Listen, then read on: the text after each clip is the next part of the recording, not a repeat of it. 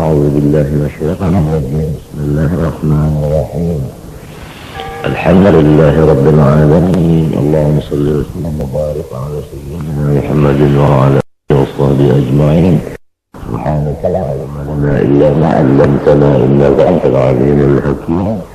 ولا حول ولا قوة إلا بالله العلي العظيم العظيم العليم. هذا كلها إن كتب ويكتفى بدل العابدين ودر الزاهدين.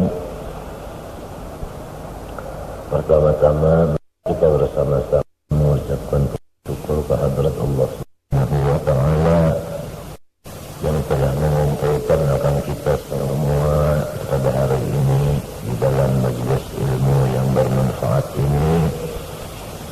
Semoga Allah Subhanahu wa Ta'ala memberikan kepada kita dengan kemuliaannya akan rahmat dan maghfirah, hidayah dan taufik serta inayah dan pemeliharaannya lahir dan batin sehingga kita mendapat keselamatan dunia dan akhirat beserta kebahagiaan dunia dan akhirat.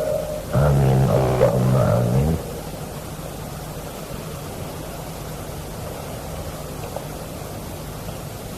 Di antara sifat-sifat yang wajib kita meyakinkannya di dalam hati daripada sifat Tuhan kita, yaitu yang disebut dengan sifat baqo. Artinya kekal, mustahil dihubungi adam. Allah Subhanahu wa Ta'ala bersifat kekal, mustahil hancur. Dalilnya di dalam Al-Quran firman Allah Ta'ala wa yabqa wajhu rabbika dzul jalali wal ikram, artinya kekal zat Tuhanmu yang mempunyai kebesaran dan kemuliaan. Maka patut bagi mukmin mu'taqid bahwa ia ingat bahwa ia akan mati, supaya boleh banyak istighfar, bertaubat kepada Allah Subhanahu wa Ta'ala. Jadi kepada kita kaum muslimin laki-laki dan perempuan wajib berkeyakinan bahwa Tuhan kita itu bersifat kekal. Yang lain daripada Allah Subhanahu wa Ta'ala semuanya bersifat fana.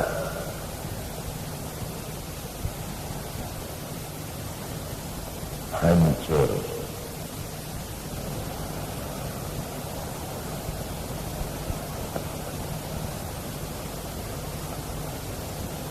Apabila sudah berkeyakinan demikian, maka kita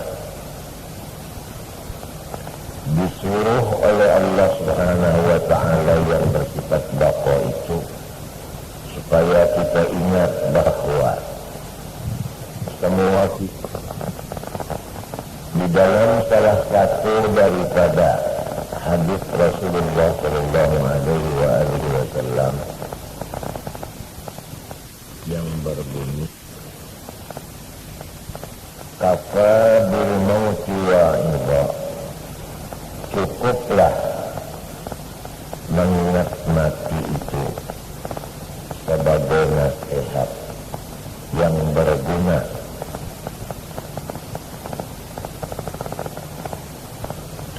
Di dalam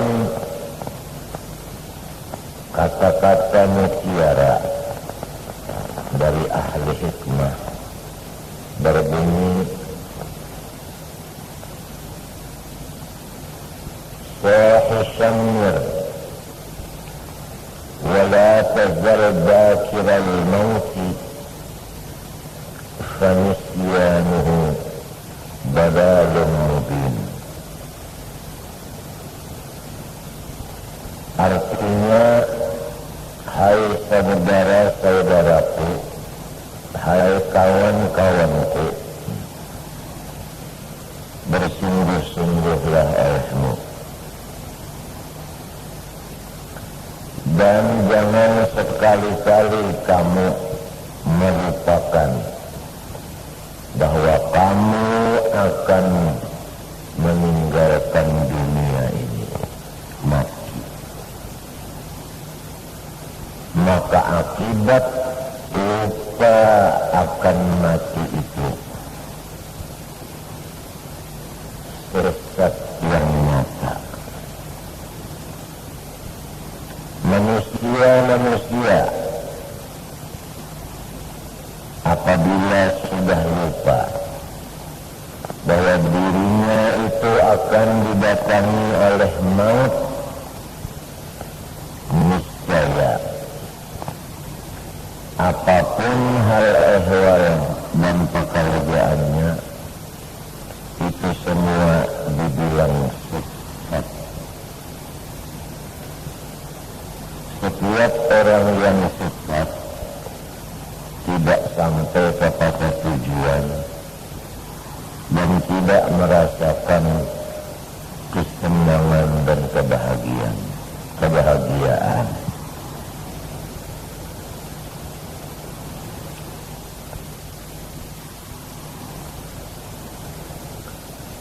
Di dalam salah satu dari hadis disebutkan lagi bahwa Jibril alaihi salam telah membisiki akan Rasulullah sallallahu alaihi wasallam, "Isma syi'ta fa innaka mayyitun wa ahbib man syi'ta fa innaka mufariquh."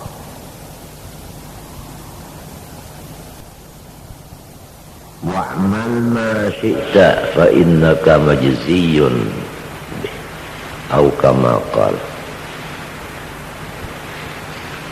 Artinya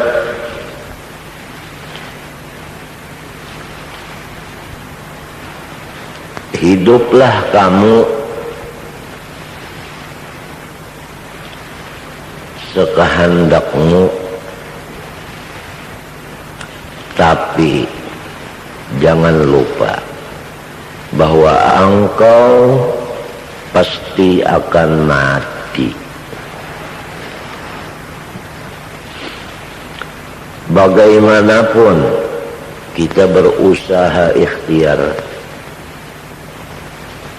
untuk mencegah diri kita agar supaya jangan cepat mati, walaupun ikhtiar dan usaha kita itu dikabulkan Allah Subhanahu wa ta'ala, namun akhirnya akan mati juga.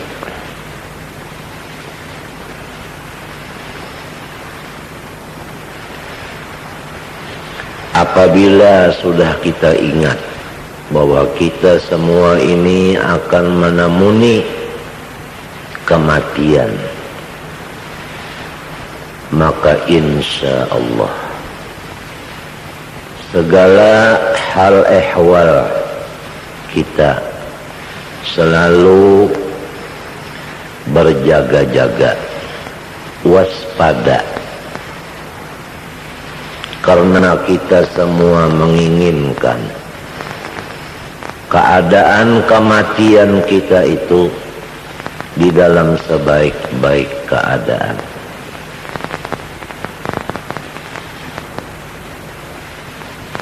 Kalau kita ingin mati di atas tilam,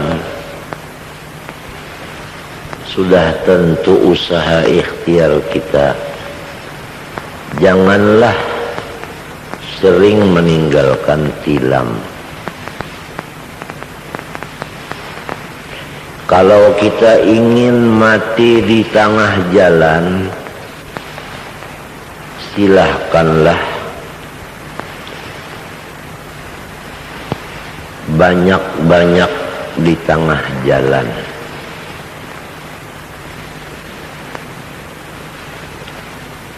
dan sebagainya. Kalau kita ingin mati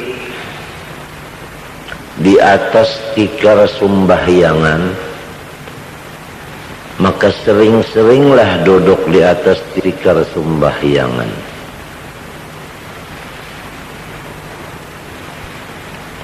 Apa yang sering kita lakukan,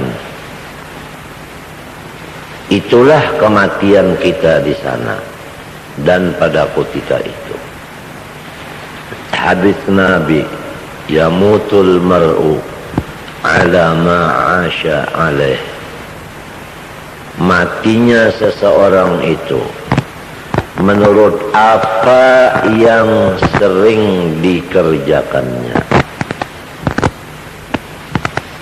Pekerjaan kaki kita berjalan, pekerjaan tangan kita menyentuh, pekerjaan mata kita memandang, pekerjaan kuping kita mendengar, pekerjaan lidah kita berkata-kata, pekerjaan hati kita berkehendak, pekerjaan otak kita mengingat.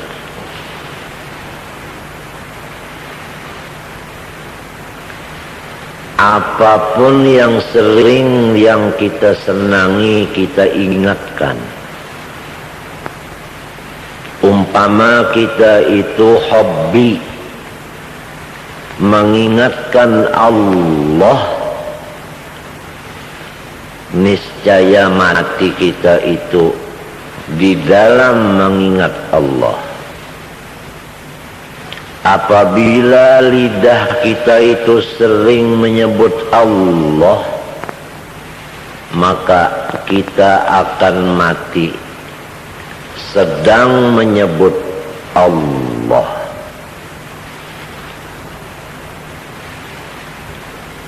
Apabila hati kita itu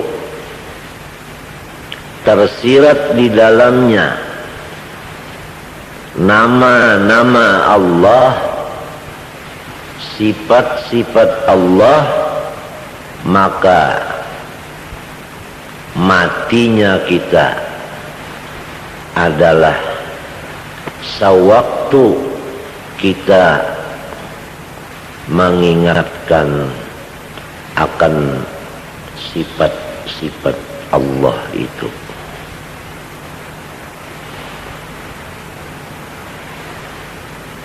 Kalau kita menggunakan mata sering melihat Al-Quran, maka kita akan mati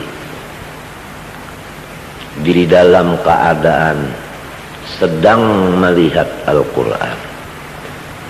Apabila kita hobi mendengar Al-Quran, kita akan mati di dalam mendengar Al-Quran.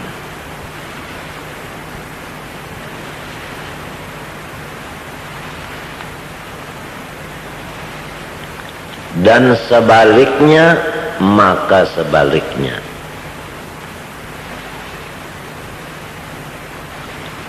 Oleh sebab itu, kita kalau ingin mati di dalam kebaikan,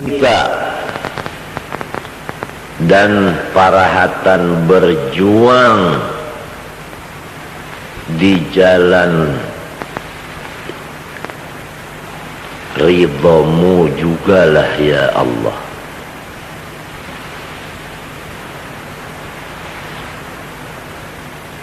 Ini yang sering kita baca doa agar supaya di dalam beribadah, disitulah habis umur kita. Di dalam berjuang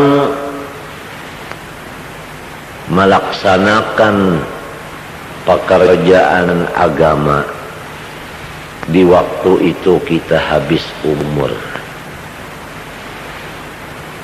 Kita ingin mati di waktu sujud, Kita ingin mati waktu membaca maulud. Kita ingin mati waktu membaca sholawat. Kita ingin mati waktu belajar menuntut ilmu agama. Kita ingin mati sedang berzikir. Kita senang dan ingin mati di dalam cinta kepada Allah Azza wa Jalla. Maka keinginan kita itu harus disertai dengan amal perbuatan. Kalau hanya keinginan belaka bertentangan dengan perbuatan, itu dinamakan angan-angan, lamunan, hayalan. Kalau lamunan, hayalan, angan-angan belaka, itu disebut di dalam kata-kata agama adalah maghrur, tertipu.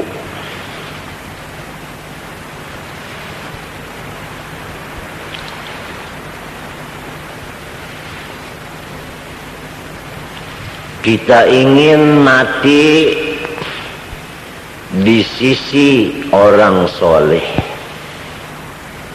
Sesuaikanlah keinginan kita itu. Kalau ingin mati di sisi orang soleh, tapi kita sering berteman dengan orang yang tidak soleh, niscaya kita akan mati berdampingan dengan orang yang bukan soleh, karena keinginan tidak disertai dengan pekerjaan.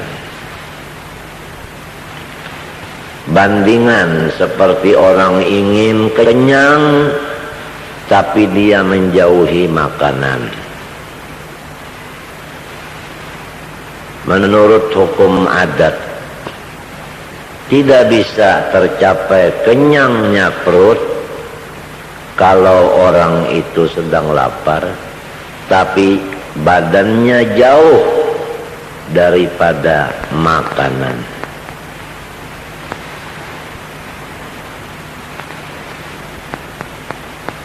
Itu sudah terang dan nyata.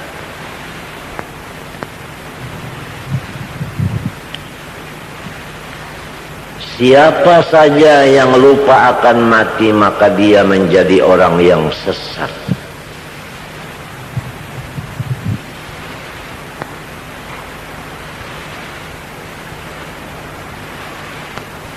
Orang-orang yang bukan muslim, kalau dia ingat bahwa dirinya akan mati, niscaya dia masuk Islam. Orang-orang yang Islam, jikalau ia ingin mati di dalam Islam, niscaya dia menjaga, jangan mengerjakan, jangan mengatakan, jangan mengiktikadkan apa-apa sesuatu yang menjadikan dirinya murtad, seperti menghinakan fatwa ulama, apalagi terang-terangan menghinakan ulamanya. Fatwanya aja sudah menjadi murtad, apalagi orangnya.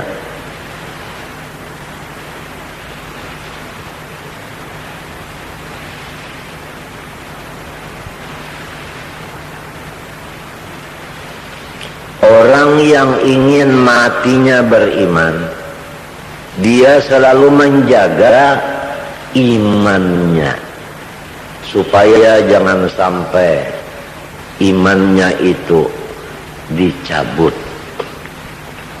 atau dihilangkan. Salah satu daripada yang menyebabkan iman hilang yaitu bersifat iri dengki. Kalau kita ingin mati beriman, hilangkanlah sifat iri dengki.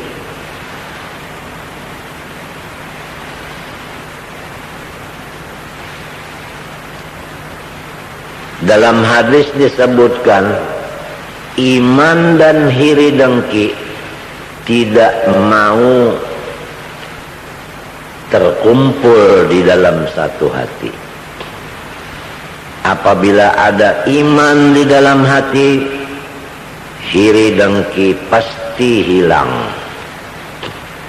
Apabila iri dengki ada dalam hati, pasti iman hilang. Jadi kalau kita ingin mati beriman, hilangkanlah sebab-sebab yang mencabut iman, seperti di dalam hati ada sifat iri dengki. Sering kita katakan bahwa iri dengki ini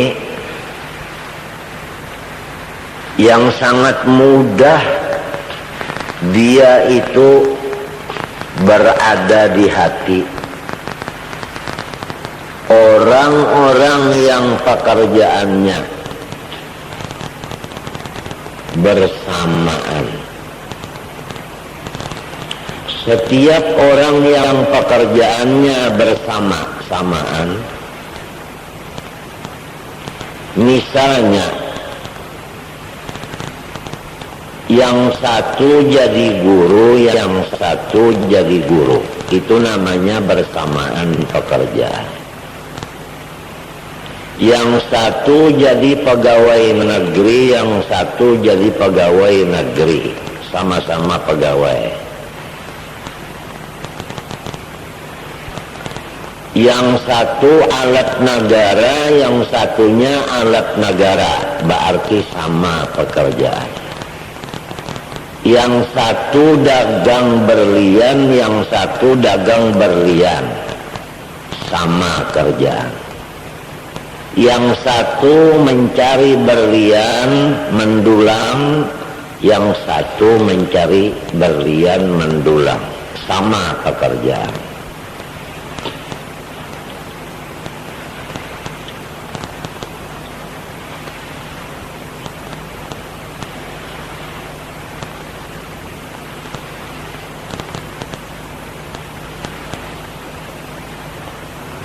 Maka apabila orang ini pekerjaannya bersamaan,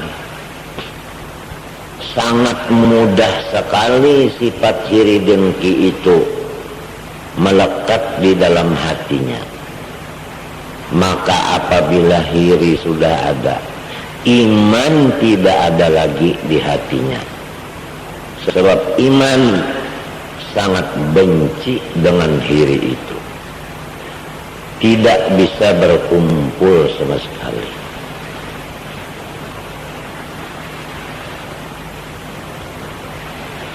Jadi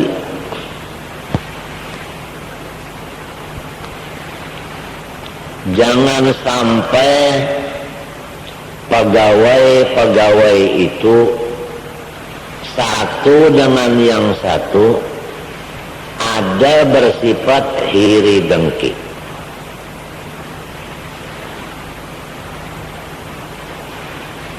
Kalau ada sifat iri dengki di antara orang-orang yang disebut di atas itu, maka niscaya tidak ada lain pekerjaannya yang iri selain daripada membuat kekacauan,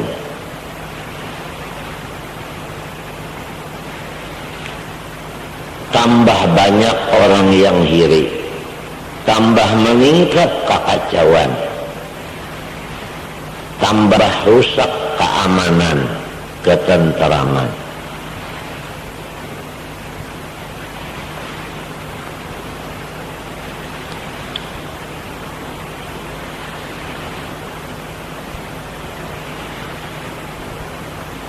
Kalau yang hiri dengki ini guru dengan guru,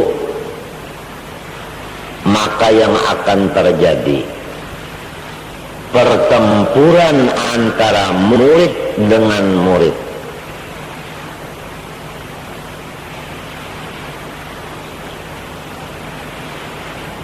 Kalau yang hiri dengki ini pegawai gubernuran, maka terjadilah sikut menyikut di gubernuran. Kalau hiri dengki berada di hati alat negara, terjadilah peperangan senjata antara dua alat negara itu.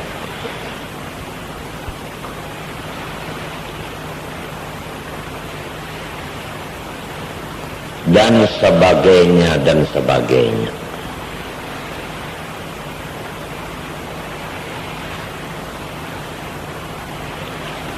Maka dunia ini tambah rusak.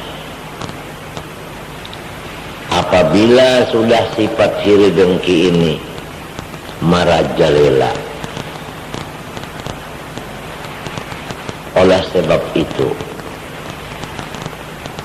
tanyalah diri kita masing-masing, inginkah kita ini ada iman, ataukah ingin kita ini kehilangan iman? Ibu-ibu, kalau kehilangan iman, maka seluruh ibadah tidak ada artinya,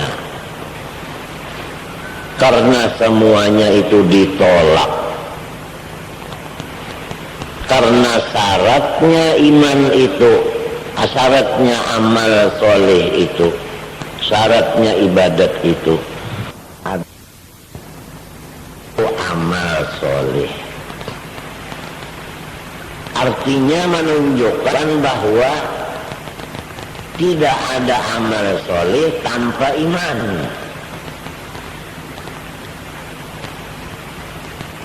Iman hilang apabila ada hiri dengki.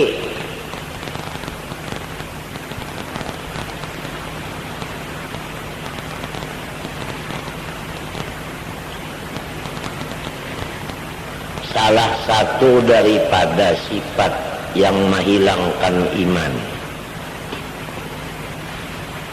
Kalau kita ingin mati beriman, sifat ini kita jauhi. Sifat apa? Sifat emosi, sifat suka marah-marah, penyarikan,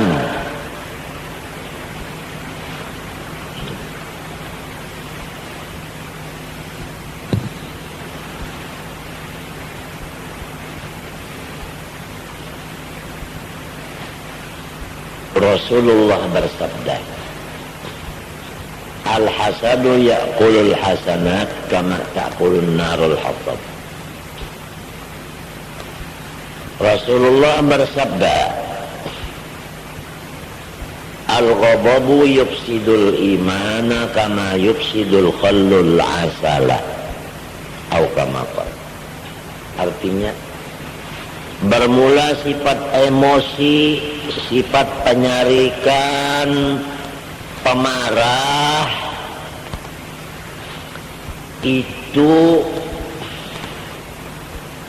merusak iman, sebagaimana juga merusak madu. Hilang lalu madunya. Sifat hiri memakan akan semua kebaikan, sebagaimana memakan api akan kayu bakar, habis lalu. Maka dengan beberapa dalil-dalil itu tadi, kita dapat menjumlahkan bahwa marah dan iri dengki sebagai bukti bahwa iman sudah tidak ada lagi. Apabila mati sedang demikian, maka matinya tidak beriman. Na'udzubillah min dzalik. Hilangkanlah iri dengki, hilangkanlah sifat emosi, siapapun dan apapun pekerjaan. Selain daripada orang yang sama kerjaannya, yang mudah didatang